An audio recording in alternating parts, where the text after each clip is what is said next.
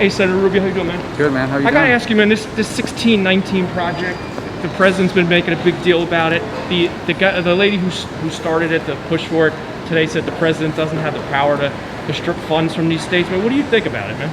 Well, he's talking about restricting federal funds for schools. I'm not generally in favor of restricting funds from schools because it doesn't hurt the schools, it hurts the kids. But the project, I believe, is historically flawed. This country wasn't founded in 1619. It was founded in 1776 with a declaration that we're all created equal, and the people who wrote those words and the generations that followed didn't fully live up to that promise.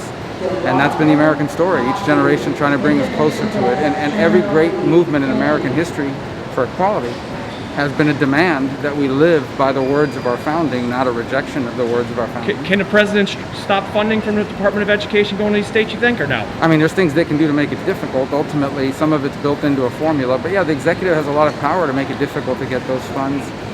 I'm not in favor of that curriculum, but I don't think you hurt the schools. I think you end up, most of our funds really go to low-income programs, low-income family, kids in disadvantaged situations.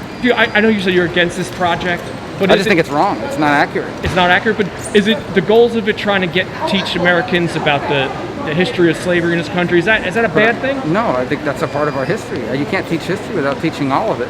But you also have to teach about the fact that the people who helped end slavery, abolitionists, were all Americans too. The leaders of the civil rights movement were Americans. And every great movement in American history, whether it was suffrage, the end of slavery, the end of segregation, these were people basically saying, you wrote that we were all created equal, you're not living up to it, live up to what you put on paper. That's the great American story, that those experiences of discrimination and our founding principles could not coexist in the long term.